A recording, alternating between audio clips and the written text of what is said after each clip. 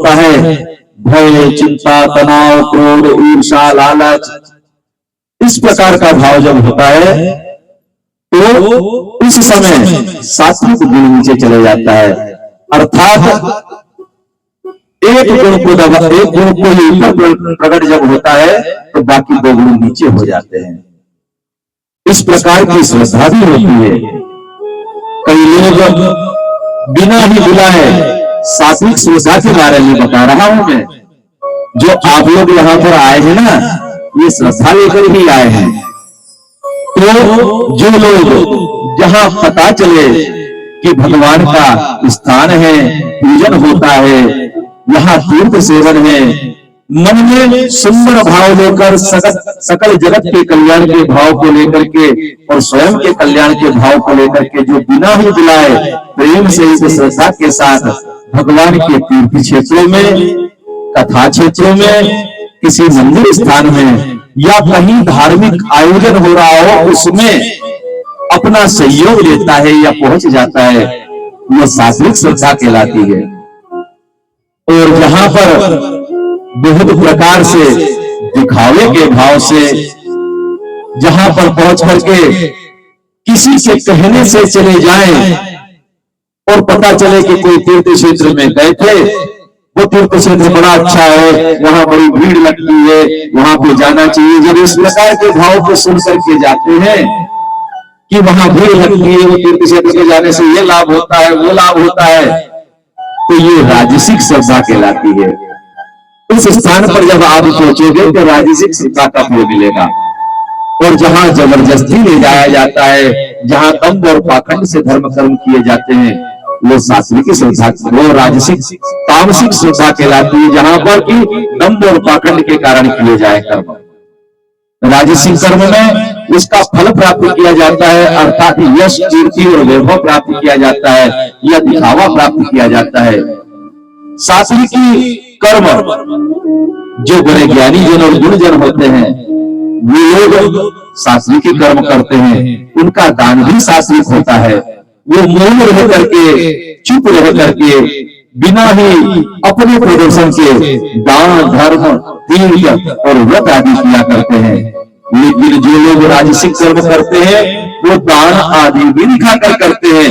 वो यहाँ तक कि पूजन, जप, भंडारे, यहाँ तक कि भगवान की कथाएं भी अपने राजसिक लाभ के लिए किया करते हैं, अर्थात समाज में उनको लोग जाने, लोग उनको पहचाने और समाज उनको धार्मिक समझे।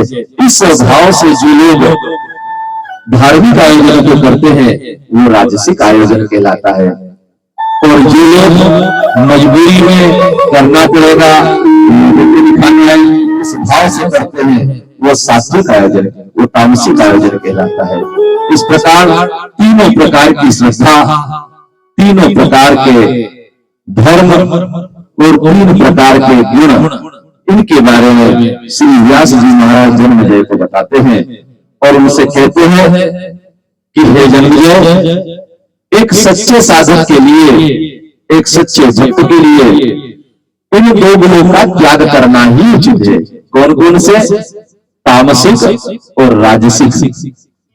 इन दोनों गुणों का अगर त्याग कर दे तो वो सात्विक गुण में स्थापित होगा। और जब वो सात्विक भाव से भगवान का भजन, पूजन, यजन करता है, तब उसके मन में कामना, लालसा आदि नहीं होती, जिसके कारण भगवान उसे अनंत फल देते हैं। सात्विक और सकाम कर्म के बारे में मैंने जब बताया था कि जो लोग निष्काम कर्म करते हैं उसका फल भगवान के हाथ में होता है, लेकिन जो लोग सकाम कर्म करते हैं उसका फल किसके हाथ में होता है? कर्म के हाथ में होता है। इसे जैसे यदि आपके घर में कोई मेहमान आया तो उस मेहमान ने आकर आपके कार्य में आपका हाथ बटाया, और जब वो हाथ बटाने लगा तो कार्य करते करते कोई एक सामान कीमती उसके हाथ से टूट गया। जब उसके हाथ से सामान टूटा, क्यों?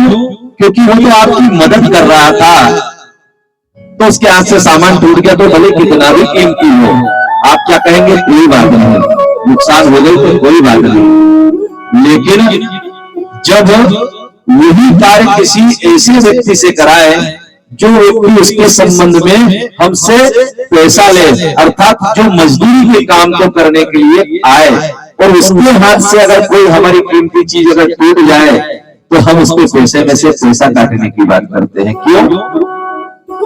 क्योंकि उसका कर्म वैसा था, वो शकाम कर्म करने आया था, वो कर्म करने के बाद हमसे पैसा लेने वाला था, और उसके हाथ हमने उसको इसीलिए ये कार्य दिया था कि वो अच्छे से करे, बिगाड़ ना करे।